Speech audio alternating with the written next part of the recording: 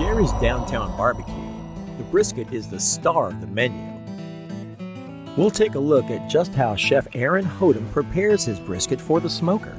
It takes the right cut, the right trim, and just the right seasonings. Let's learn more.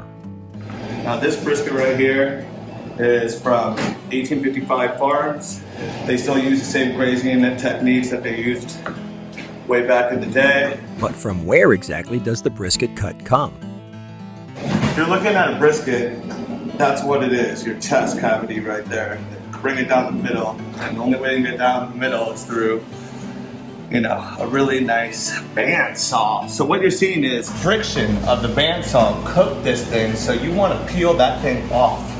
So what I'm going to do is I want to keep the shape of the brisket kind of intact. So my first cut's almost like a pencil drawing. What also will happen when you do this is the brisket will start to reveal itself. Every single brisket has different fat. It follows a different fat line. So let's see what we're messing with. Now you might think the fatty cuts aren't still good. Guess again. So we're gonna use this for just, our chili.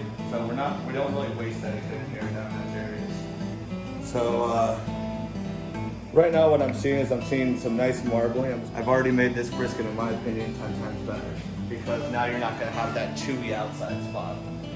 And so what I'm doing is I'm seeing that the fat line, that's gonna be really hard to chew right there if you see that. So we're gonna start trimming it back.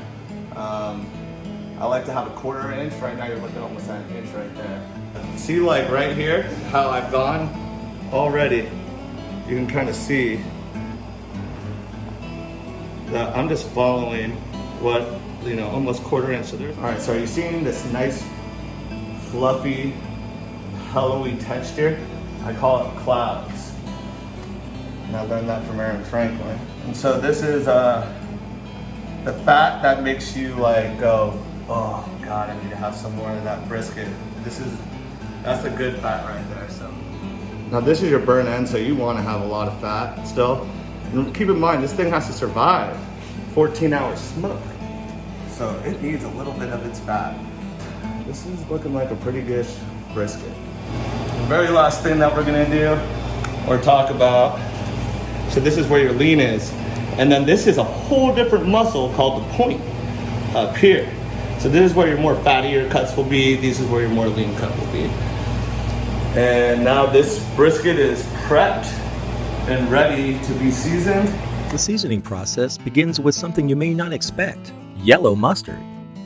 And this is just as a binder agent, so you're not using too much. Primarily we use salt, pepper, a little bit of brown sugar, a little paprika, granulated onion, granulated garlic, and black pepper.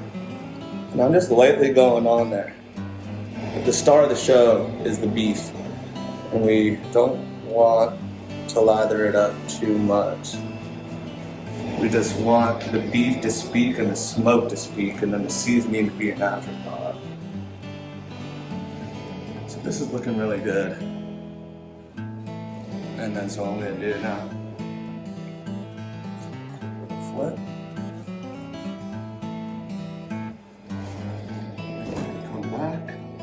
And then final little twist. You're looking at a product that is done and ready for smoke. So now the brisket that we prepped out earlier, we're bringing out. Put that nice fat side that we trimmed.